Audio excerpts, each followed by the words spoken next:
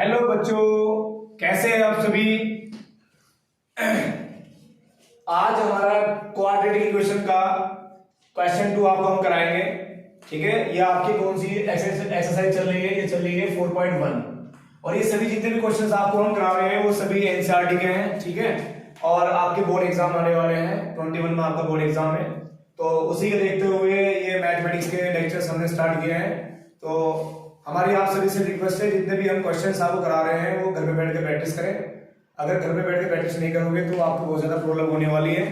तो अगर ज्यादा नहीं कर सकते, जितना हम करा रहे हैं आपको उतना तो कर ही ले, सफिशिएंट है पूरे एकदम से।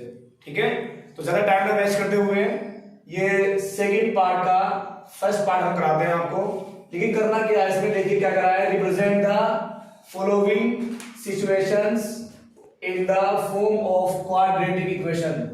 आपको क्या करना है, ये जो भी सिचुएशन आपको दी हुई है, लिखी हुई, इन सभी सिचुएशन को समझना है और समझकर क्या करना है, इन सभी को हमको क्वाड्रेटिक इक्वेशन की फॉर्म में चेंज करना है। ठीक है, तो सबसे पहले और दूसरी बात देखो, बाद में इसने बोला है लास्ट में, we need to find the length and breadth of the rectangular plot. यानी इसको क्वाड्रेटिक फॉर्म में चेंज करने के बाद आपकी मर्जी है, अगर आप चाहें तो इस क्वेश्चन के अंदर लेंथ और ब्रेथ भी फाइंड कर सकते हैं। तो इसमें हम लेंथ और ब्रेथ भी फाइंड करेंगे, ओनली क्वाड्रेटिक इक्वेशन नहीं बनाएंगे, क्योंकि वहां पर जो क्वेश्चन आता है वो ऐसा बहुत कम आता है कि खाली आपको बस क्वाड्रेटिक इक्वेशन बनानी है, साथ साथ आपको वो लेंथ ब्रेथ भी पूछ लेते हैं, डायमेंशन पूछ लेते हैं। तो उसका सिंपल तरीका है कि सबसे पहले आप इस पे क्या करेंगे, एक क्वाड्रेटिक इक्वेशन की फॉर्म में चेंज करेंगे और क्वाड्रेटिक इक्वेशन की फॉर्म में चेंज करने के बाद इसको सोल्व करेंगे और सोल्व करने के बाद आपकी लेंथ और ब्रेथ आ जाएगी।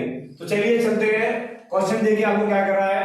क्वेश्चन कह रहा है the area of A rectangular plot. कोई एक प्लॉट है जो रेक्टेंगुलर शेप का है। ठीक है, मान लीजिए ये आपका कोई प्लॉट है, सपोज कीजिए ये आपको कोई प्लॉट है जो रेक्टेंगुलर शेप में है। सही है, मान लीजिए लेंथ है और ये क्या है, ब्रेथ है। सही है, तो देखो क्या कहा इसमें, the area of rectangular plot is 528 metre square. यानी कि इस प्लॉट का जो एरिया है, जो स्पेस है, वो कितना है, 528 मीटर स्क्वायर है। ठीक है, उसके बाद क्या दिया है, the length of the plot is 1 more than twice it's breath. यानी जो इसकी लेंथ है वो इसकी ब्रेथ की डबल की 1 ज्यादा है। ठीक है, यानी कि अगर ब्रेथ को हम x लेट कर लेते हैं तो उसका डबल कितना हो जाएगा, आपका 2x हो जाएगा, और उसमें आपको कितना ऐड करना है, 1 मोर का मतलब होता है इसमें 1 ऐड करना है। अगर बोलता आपको 1 लेस तो फिर आपको 1 माइनस करना होता। तो इसलिए हम क्या करेंगे, इसमें लेट कर लेंगे कि जो आज इसकी ब्रेथ है उसको हम x लेट कर लेते हैं, तो जो उसकी लेंथ होगी वो 2x + 1 होगी। ठीक है, अगर वो लेस करना हो कहता, मोर में बोलता आपको, तो उसमें क्या करते हैं, 2x - 1 कर देते हैं हम। लेकिन यहाँ पर क्या बोला है आपको, बोला है the length of the plot is 1 more than twice it's breath. यानी इसकी ब्रेथ के डबल की 1 ज्यादा है क्या, लेंथ। तो आपको क्या करना है, इसको क्वाड्रेटिक फॉर्म में चेंज करना है, और क्वाड्रेटिक फॉर्म में चेंज करने के बाद आपको उसमें लेंथ ब्रेथ भी फाइंड करनी है। ठीक है, चलिए टाइम ना वेस्ट करते हुए क्वेश्चन को स्टार्ट करते हैं।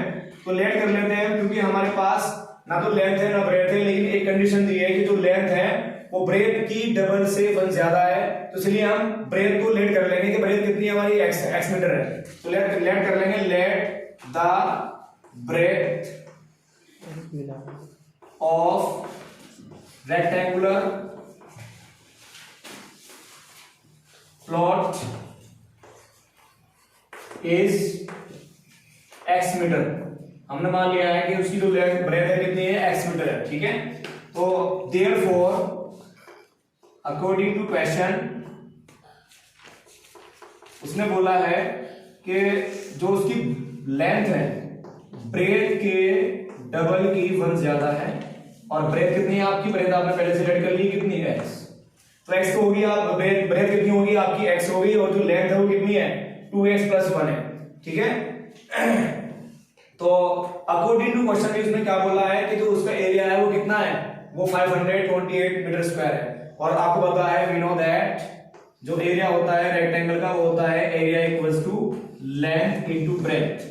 ठीक है, और एरिया कितना दिया, आपको दिया है 528, और इक्वल्स टू में लेंथ कितनी आ गई आपकी, वो आ गई है 2x + 1, और ब्रेथ कितनी है आपके पास, वो x है।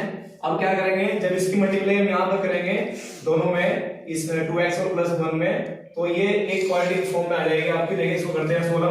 मैंने क्या किया, इस वाली इस वाली साइड को मैं इधर ले आता हूँ और इसको ले आता हूँ, उसको फर्क नहीं पड़ेगा क्वेश्चन के ऊपर। तो ये आएगा आपका 2x + 1 और ये x को मैंने यहाँ ले लिया है, कोई दिक्कत नहीं है। और उसके बाद यहाँ पर है आपका 528।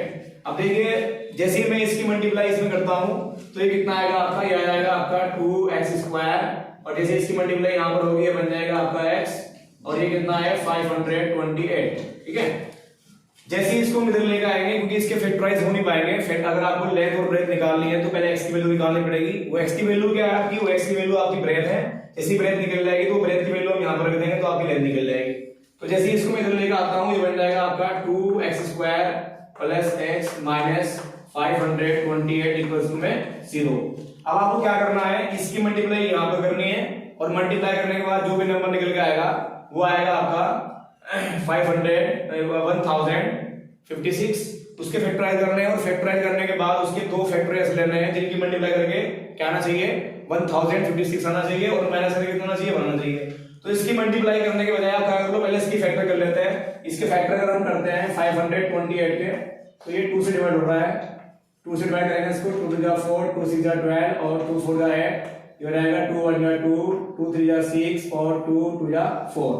इसको जब 2 से डिवाइड करते हैं, अभी 2 से डिवाइड हो रहा है तो इसके लास्ट की टर्म जो आ रही है सभी इवन नंबर आ रही है, तो जाएगा 2 × 6 = 12, 2 × 6 = 12 और 2 × 3 = 6, 2 × 3 = 6। इसको डिवाइड करते हैं 3 से हो जाएगा 3 × 1 = 3, 3 × 1 = 3 और ये आ गया 11 × 1 = 11। अब इसके लास्ट में ये 2 भी आ रहा है क्योंकि 2 की मल्टीप्लाई यहाँ पर होगी ना इसमें, तो इसलिए हम एक्स्ट्रा 2 ले लेते हैं यहाँ पर। अब देखते हैं कि हमें दो फैक्टर ऐसे चाहिए जिनकी मल्टीप्लाई करके कितना आना चाहिए, 1056 आना चाहिए, और माइनस करने के बाद कितना आना चाहिए, यहाँ पर इसकी मल्टीप्लाई में क्या है, यहाँ पर कोएफिशिएंट इसका 1, तो यहाँ पर चाहिए ना 1। तो करना क्या है, अगर मैं देखिए इनकी मल्टीप्लाई करता हूँ, ये आएगा 11 × 3 होते हैं 33, 2 × 4, 4 × 8, 8 × 16 और 16 × होते हैं 32, यानी कि ये आएगा आपका 33 × 32। जब इन दोनों की मल्टीप्लाई करेंगे तो आपका आएगा 1056। तो अगर मैं 33 में से 32 को माइनस करता हूं तो माइनस करने के बाद कितना आएगा, 1 आएगा, क्योंकि यहाँ को 1 चाहिए मेरे को। तो ये हो जाएगा आपका 2x² + 33x - 32x, और बाहर क्या चल रहा है आपका 528 में कितना है, 0 है। ये हो जाएगा आपका 2x² + 33x और -32x - 528 = 0। अब देखिए यहां से कॉमन क्या आ रहा है और इन दोनों से कॉमन क्या आ रहा है। देखिए यहां पे 2 है, 2 से डिवाइड नहीं हो पाएगा तो 2 तो कॉमन नहीं आएगा। 33 इसमें है तो इसमें ये भी डिवाइड नहीं हो पाएगा, ठीक है।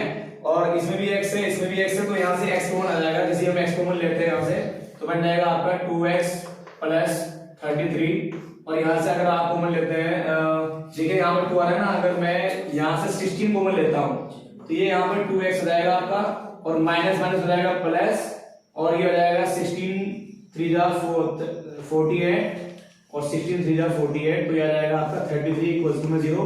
देखिए फैक्टराइज आपके सही हो गए हैं क्योंकि यहां पर भी 2x + 33 आ गया है और यहां पर भी 2x + 33 आ गया है।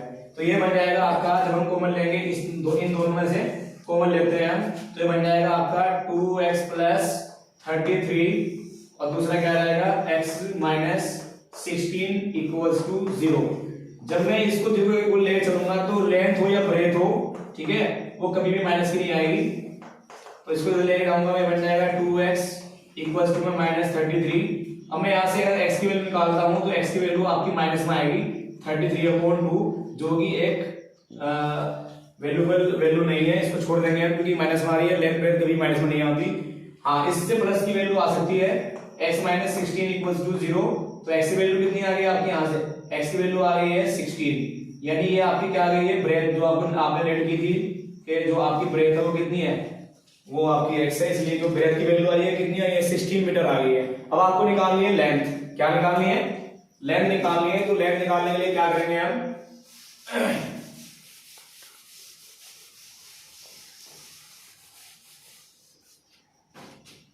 लेंथ आपने पहले से ही लेट की हुई थी, कितनी थी, नोट इनटू क्वेश्चन, वो थी लेंथ = 2x + 1, और x की वैल्यू आपके पास आ चुकी है, कितनी आई है, x की वैल्यू आई है आपकी कितनी, 16 मीटर, जो आपकी ब्रेथ की वैल्यू भी है ना, 16 मीटर, यानी कि ब्रेथ कितना आ गया है आपका, 16 मीटर आ गया है। और लेंथ इक्वल्स टू, जब यहाँ पर रखेंगे हम 2 मल्टीप्लाई 16 प्लस 1 तो जाएगा length equals to 16 to 33 plus 1 sorry 32 plus 1 और लेंथ की वैल्यू कितनी निकल जाएगी यहाँ से आपकी, ये निकल जाएगी 33 मीटर। ये आपके दो आंसर आ गए हैं, आगे को नोट कर लीजिए। और सभी से हमारी रिक्वेस्ट है कि हमारे चैनल को सब्सक्राइब करें, वीडियो अच्छी लगे तो लाइक करें और आगे भी अपने ग्रुप्स में अपने स्टूडेंट में शेयर करें, ठीक है। और इसके बाद हम आपको इसी क्वेश्चन 2 का सेकंड पार्ट कराएंगे। तो चलिए फिर मिलते हैं नेक्स्ट वीडियो में। खुदा हाफिज।